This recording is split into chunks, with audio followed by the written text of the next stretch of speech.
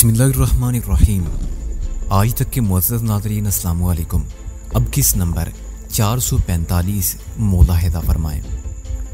मैंने अपने दिल को तसल्ली दी कि वो थोड़ा और इंतज़ार करे। वो दिन दूर नहीं जब साहिल मेरी दस्तरस में होगी। मैं चंद दिन बाद तल अबीब पहुंचने वाला था और जहां साहिल को रखा गया था उस इमारत का एक एक नक्श मैंने अपनी यादाश्त में महफूज कर लिया था।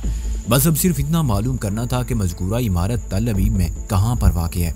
फिर मुझे साहिल तक पहुंचने से कोई ताकत रोक नहीं सकती थी। साहिल बेंच पर बैठी फूलों को देखने में महव थी। मैं उस शख्स की खबरगिरी के लिए पार्क से बाहर निकल आया जो साहिल को यहाँ तक पहुँचाने के बाद पार्क से बाहर ही रुक गया था। वो अब भी वहीं मौजूद था और एक ऐसे जाविये पर चाकू चौबंद खड़ा था जहाँ से साहिल की पुश्त दिखाई देती थी। गोया वो बड़ी होशियारी से साहिल पर निगाह रखे हुए था। साहिल को उसकी निगरानी का मुत्तलिक एहसास ना था, या अगर वो इस बारे में जानती भी थी तो उसकी परवाह नहीं थी। हो सकता है ये उसका रोज का मामूल हो। मैं चंद लम्हात उस शख्स के कुर्बो जवार में गुजार कर वापस अपनी साहिल के पास आ गया। साहिल बेंच से उठकर अब टहल रही थी। उसके अंदाज में बड़ा ठहराव पाया जाता था। उसका टहलने का तरीका सैर करने वाला था। वो चलते चलते कभी किसी फूलदार पौधे के करीब रुक जाती, किसी फूल को छू कर देखती। यूं महसूस होता वो ज़बाने खामोशी फूल से बातें कर रही हो। थोड़ी देर बाद वो एक अदाए नाज से आगे बढ़ जाती। वो बड़े भरपूर अंदाज में इवनिंग वॉक का लुत्फ उठा रही थी। वैसे रब्बी की एक बात तारीफ के काबिल थी और वो ये कि उसने साहिल को अपने तई काफ़ी आरामदेह माहौल में रखा हुआ था। खाने पीने से पहनने ओढ़ने तक उसकी छोटी छोटी ज़रूरियात का ख्याल रखा जा रहा था। कहने को वो अपने दुश्मन की कैद में थी, लेकिन इसी कैद में उसे इवनिंग वॉक की शाहाना सहूलत भी हासिल थी। इसका हरगिज़ ये मतलब नहीं था कि रब्बी कोई अच्छा या बाइखलाक आदमी था। उसकी बदेदारी और दुश्मनी में एक रख रखाव था। मैं उस शख्स की असलियत को जानता था। उसके अंदर उतर कर मैंने उसकी हकीकत को पा लिया था। वो ऊपर से जितना आली मर्तबा वदेदार और मुजस्मा इखलाक दिखाई देता था, बातन में वो इसी कदर घिनौना और सफाक था। साहिल के साथ वो अगर अब तक नरमी का बर्ताव कर रहा था तो उसकी एक खास वजह थी। ये बात रोज़े रोशन की तरह अजा है कि साहिल से उसकी बराह रास्त कोई दुश्मनी नहीं थी। मुझे शिकार करने के लिए वो मुख्तलिफ फंदों और पिंजरों में साहिल को चारे के तौर पर इस्तेमाल कर रहा था। उसकी असल दुश्मनी मुझसे थी। वो जानता था साहिल मेरी जिंदगी की सबसे बड़ी कमजोरी है, मैं उसके पीछे दौड़ा चलाऊंगा। उसकी ये सोच बड़ी हद तक दुरुस्त थी।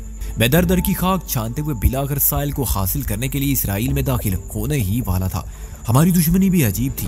वो तो मुझे दोस्त बनाकर रखना चाहता था, मेरा ही दिमाग खराब हो गया था जो मैंने उसकी दोस्ती की कदर नहीं की, और मेरी दिमाग की खराबी का बायस भी वही शैतान था। मैंने उसकी मुनाफकत और शैतानी चालों को समझ लिया था और नतीजे में उसका दोस्त बनने की बजाय उल्टा दुश्मन बनकर उसे मौका बमौका शदीद नुकसान पहुंचाता चला रहा था।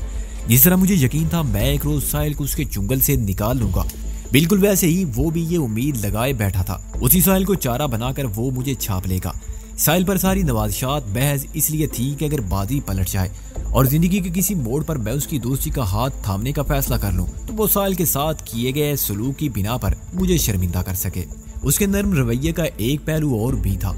वो अपने इखलाक और रवादारी के जरिए साहिल को मुतासर करने के लिए भी कोशिश था। उसे उम्मीद होगी मुमकिन है साहिल इस सलूक के नतीजे में उसकी तरफ झुक जाए, जिसके जरिए मुझे झुकाना उसके लिए आसान हो जाए। हुनूद यहूद ऐसी हिकमत अमली इख्तियार करते रहते हैं। कुछ भी हो, मैं रब्बी मोशी आयमन से खैर और भलाई की कोई तवक्को नहीं रख सकता था। मैंने मुख्तलिफ मौके पर उसकी दरिंदगी और सफाकी के जो मुजाहरे देखे थे, उनके पेश नज़र उसके बारे में मेरी एक हतमी राय कायम हो चुकी थी, जिसमें किसी किस्म की तब्दीली मुमकिन न थी।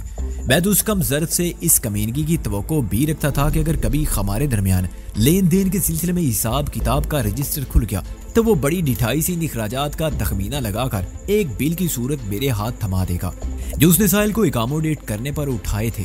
मेरा ज़हन इतनी तेज रफ्तारी से सोच रहा था कि मुझे वक्त गुजरने का एहसास ही ना हुआ।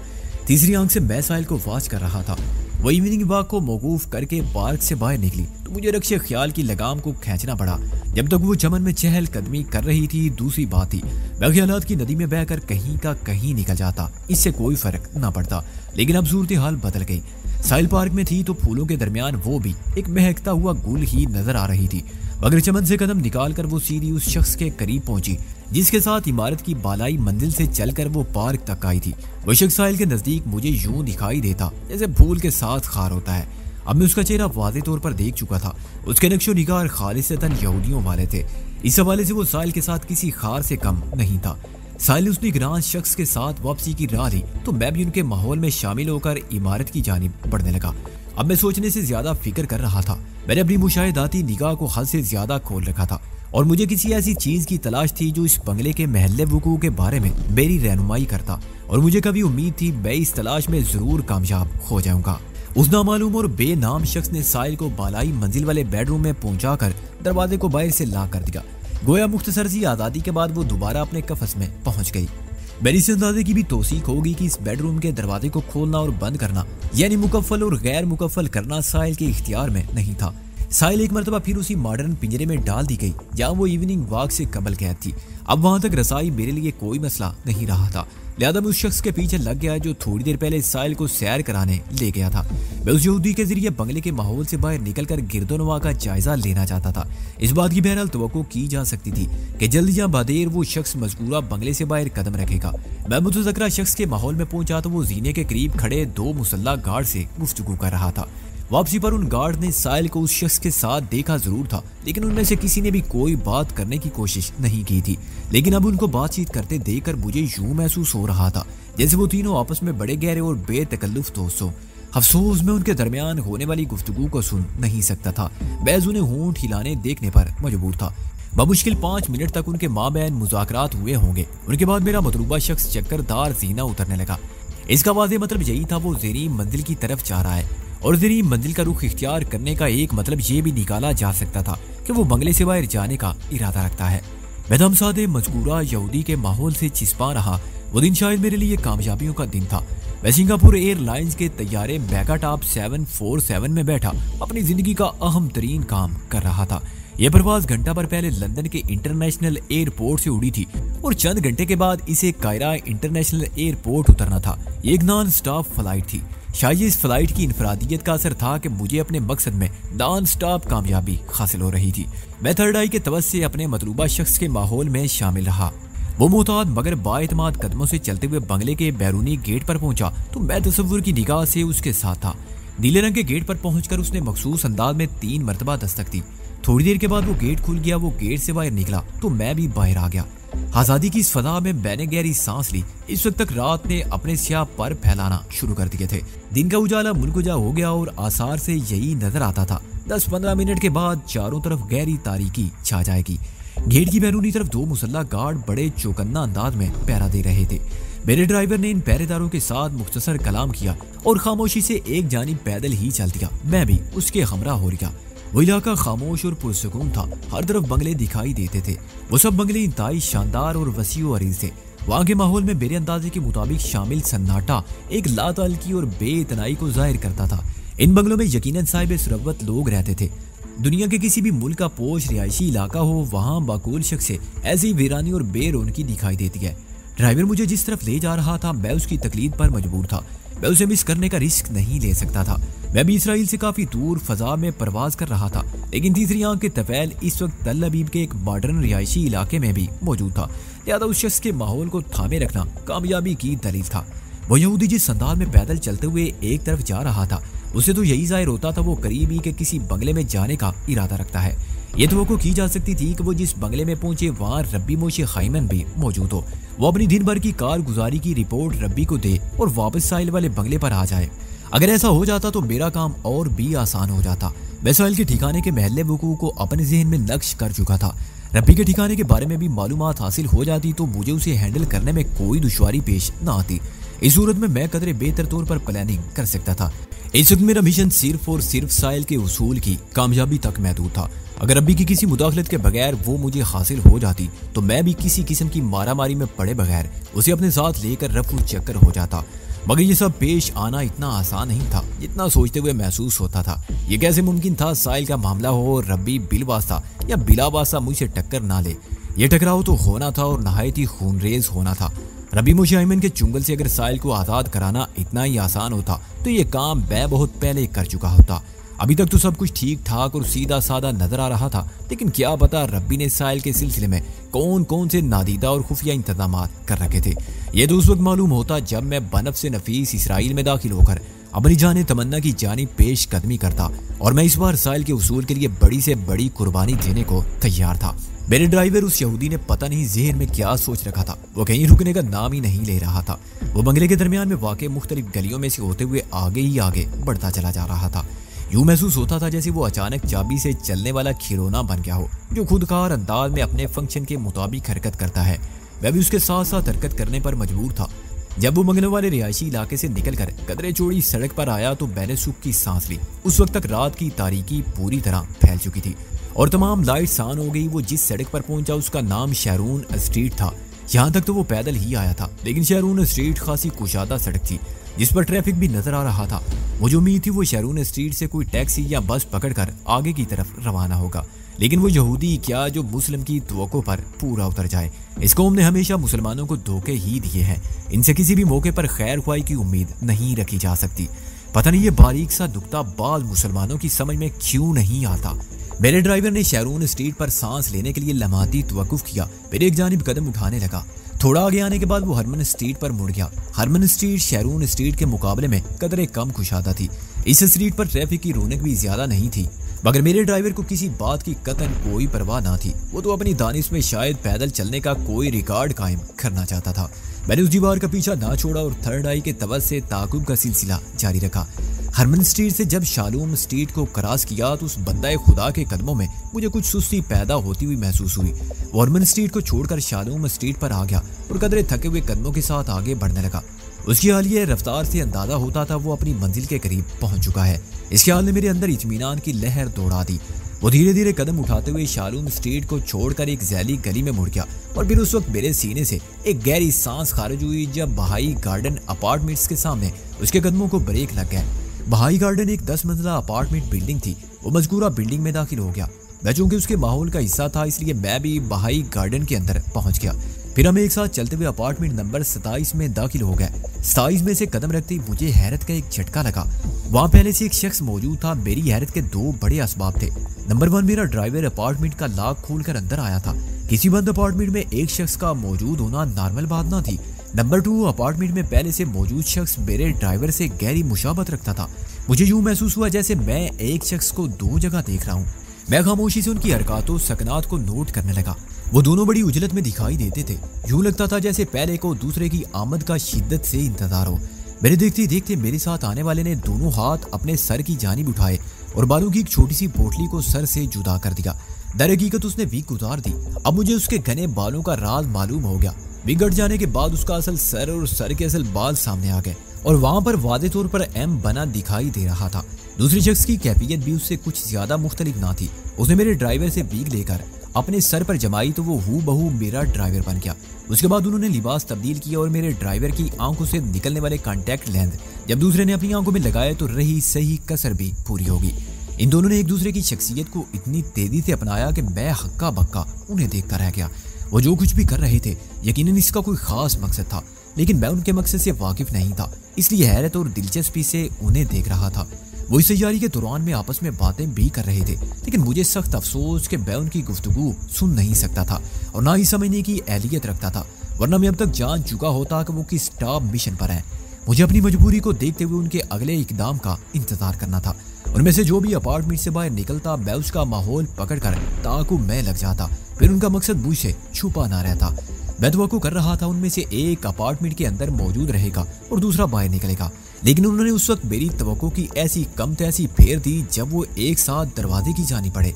वो चंद सेकंड के वक्फे से अपार्टमेंट से निकले और थोड़ा फासला रखकर तेज कदमों से चलते हुए शालूम स्ट्रीट पर निकल आए। उनके अंदाज में खास किस्म की बेगानगी और अजनबियत पाई जाती थी। शालूम स्ट्रीट के इख्तिताम पर वो लम्हे भर को रुके, फिर उन्होंने एक ऐसी हरकत की कि मैं चकरा कर रह गया। मेरा ड्राइवर तो शालूम स्ट्रीट से बाईं जानी मुड़ गया, जबकि दूसरे शख्स ने दाईं तरफ हरमन स्ट्रीट को पकड़ लिया। ये बड़ी वाहियात सूरत हाल थी।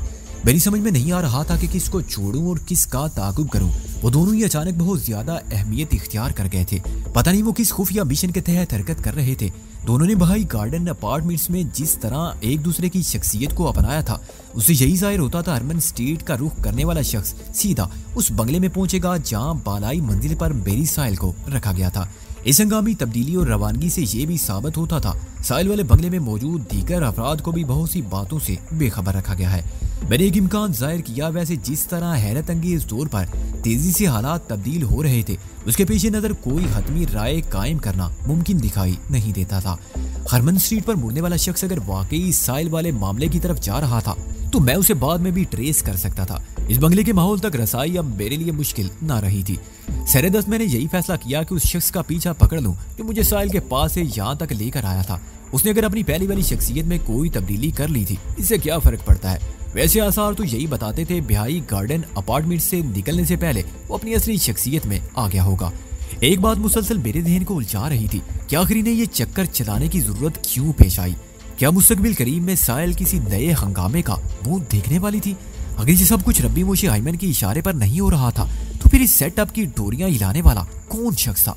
मैंने इन तमाम तर परेशान कुन सवालात को जहन से झटका और पलक झपकने में अपने ड्राइवर के माहौल में पहुंच गया। उस शख्स का नाम मैं नहीं जानता था, चुनाचे शनाख्त की खातिर मैं उसे बार बार ड्राइवर कह रहा था। वैसे ये टाइटल उस पर फिट बैठता था। मैंने उसकी ड्राइवरी में बड़ा सनसनीखेज सफर किया था। मैं ड्राइवर के माहौल में उतरा तो वो एक नई स्ट्रीट में दाखिल हो रहा था। जल्दी में उस स्ट्रीट का नाम जानने में कामयाब हो गया। वो अफराइम स्ट्रीट थी। बाद में मुझे मालूम हुआ अफराइम स्ट्रीट तल अबीब की एक बारूफ सड़क है। ड्राइवर उस सड़क पर आगे ही आगे बढ़ता चला गया। एक बात मेरी समझ में नहीं आ रही थी कि वो पैदल क्यों चला जा रहा था। उसके करीब से मैंने टैक्सियों और दीगर पब्लिक ट्रांसपोर्ट को गुजरते हुए देखा था। वो अगर चाहता तो कोई भी सवारी पकड़कर अपनी मंजिल मकसूद पर पहुंच सकता था और माकूलियत की भी यही बात थी। लेकिन उसकी हरकत व सकनात ये जाहिर करती थी कि उसे पैदल मार्च का कुछ ज्यादा ही शौक है। पता नहीं उसके प्रोग्राम का हिस्सा था या उसने मेरी बोरियत को भांप लिया था। जल्दी वो अफराइम स्ट्रीट को छोड़कर बिन यहूदा स्ट्रीट पर आ गया। बिन यहूदा स्ट्रीट पर ज्यादातर कमर्शियल बिल्डिंग्स और होटल इस्तादा थे। ड्राइवर की सुस्त होती रफ्तार से मैंने अंदाजा लगा लिया कि वो इसी स्ट्रीट की किसी इमारत में दाखिल होने का इरादा रखता है। वो बिन यहूदा स्ट्रीट की इमारतों को देखता हुआ आगे बढ़ता गया। जो कि उसके माहौल में मौजूद था, लिहाजा वो सब कुछ मुझे भी नजर आ रहा था। मैंने थर्ड आई के तवज्जो से पहले भी कई मनाजर देखे थे, लेकिन आज इस बातनी आंख के इस्तेमाल में जो लुत्फ आ रहा था वो पहले कभी हासिल नहीं हुआ था। शायद उसकी वजह यह हो कि मैं इन लम्हात में अपनी मंजिल के बहुत करीब पहुंच गया था और कुर्बे यार का अपना ही एक मजा होता है। ड्राइवर बिन यहूदा स्ट्रीट पर होटल टॉप के सामने पहुंचकर रुक गया। होटल टॉप इस स्ट्रीट की दूसरी जानिब इस्तादा था। होटल टॉप को ऐसी नजर से देख रहा था कि मैं सोचे बिना ना रह सका कि उसे इसी होटल में जाना है। लेकिन अगली लम्हे एक मरतबा फिर उसने मेरी तवक्को पर पानी फेर दिया। वो थके हुए कदमों से चलते हुए थोड़ा आगे बढ़ाया और बिन यहूदा स्ट्रीट के किनारे एक जगह रुक गया। मुझे ये जानने में देर न लगी कि वो मुकाम बस स्टॉप था। अब इस बात में शक की गुंजाइश बाकी ना रही कि वो किसी बस पर सवार होकर कहीं और जाना चाहता था। कहाँ? इस सवाल का जवाब बाद ही में मालूम हो सकता था और मेरे पास इंतजार के सिवा कोई चारा कार न था। थोड़ी देर बाद ड्राइवर की मतलूबा बस स्टॉप पर आकर रुक गई। मैं उस बस का नंबर देखने में कामयाब हो गया। वो रूट नंबर 222 की बस थी। मैं नहीं जानता था 222 रूट की ये बस ड्राइवर को लेकर कहाँ जाएगी। अलबत्ता बिन यहूदा स्ट्रीट की रौनक और चकाचौंध से मैंने अंदाजा लगा लिया वो इलाका तल अबीब का मरकजी हिस्सा यानी सिटी सेंटर था। थर्ड आई के जरिए सफर करने का सबसे बड़ा फायदा ये है कि कहीं भी आने जाने के लिए कोई टिकट वगैरह नहीं लेना पड़ता और ना ही मुसाफिर को बैठने के लिए किसी सीट की जरूरत पेश आती है। ड्राइवर के पीछे पीछे मैं भी बस नंबर 222 पर सवार हो गया। इस सफर का इख्तिताम बिन गोरियन एयरपोर्ट पर हुआ। ड्राइवर के साथ ही मैं भी बस से नीचे उतर आया। बिन गोरियन तल अबीब का इंटरनेशनल एयरपोर्ट है। वो शख्स अगर एयरपोर्ट पहुंचा तो इसका मतलब यही था वो तल अबीब से बाहर कहीं जाना चाहता था। इंसान को जोश है हासिल नहीं होती, वो अपनी फितरत के ऐन मुताबिक उसकी महरूमी को शिद्दत से महसूस करता है। इन लम्हात में मुझे इस बात का अफसोस हो रहा था कि मैं थर्ड आई के साथ साथ थर्ड एयर को इस्तेमाल करना क्यों नहीं जानता। अगर मैं तीसरे कान थर्ड एयर के इस्तेमाल पर कुदरत रखता तो ये मालूम करने में जरूर कामयाब हो जाता कि ड्राइवर इस वक्त कहाँ और क्यों जा रहा था। बिहाई गार्डन अपार्टमेंट्स के अपार्टमेंट नंबर 27C में इन दोनों अफराद ने 15-20 मिनट तक तबादला ख्याल किया था। यकीनन इस गुफ्तगू में ये अमूर भी डिस्कस हुए होंगे। जल्दी में ये जानने में कामयाब हो गया कि ड्राइवर तल अबीब से बाहर कहीं नहीं जा रहा, बल्कि वो किसी को रिसीव करने के लिए एयरपोर्ट पहुंचा था। अब उसके साथ ही मुझे भी अराइवल लाउंज में इंतजार करना था। इस नाजुक मौके पर मैं उसे छोड़कर कहीं और नहीं जा सकता था। इस इंतजार ने ज्यादा तवालत नहीं खींची और मुसाफिर यके बाद दीगरे बाहर आने लगे। ड्राइवर बड़े हिसाब किताब से एयरपोर्ट पर पहुंचा था। वो एक एक मुसाफिर के चेहरे को बागौर गहरी संजीदगी से देख रहा था। उसे किसी मखसूस चेहरे के तलू होने का इंतजार था। फिर ये इंतजार भी इख्तिताम पजीर हुआ। ड्राइवर के मतलूबा मुसाफिर का चेहरा नमूदार हुआ तो वो तेजी से उसकी जानिब बढ़ा। मैंने भी उस मुसाफिर को देख लिया और ये देखना बड़ा सनसनीखेज था। मेरी निगाह ने सेकंड के 11वें हिस्से में पहचान के तमाम मराहिल तय कर लिए। शनासा चेहरे वाला वो शख्स पुरवकार अंदाज में चलते हुए ड्राइवर के करीब पहुंचा। मैं उस वक्त ड्राइवर का साया बना हुआ था। बाल फादे दीकर वो मेरे नजदीक पहुंचा। दूसरे ही लम्हे हम एक दूसरे के रूबरू खड़े थे। उसी लम्हे सब कुछ खत्म हो गया। मेरी थर्ड आई के सामने फैला हुआ अराइवल लाउंज का मंजर किसी बुझती हुई शमा की लो के मानिंद फड़फड़ाया और गहरी तारीकी छा गई। जल्दी इस गड़बड़ का सबब भी मेरी समझ में आ गया।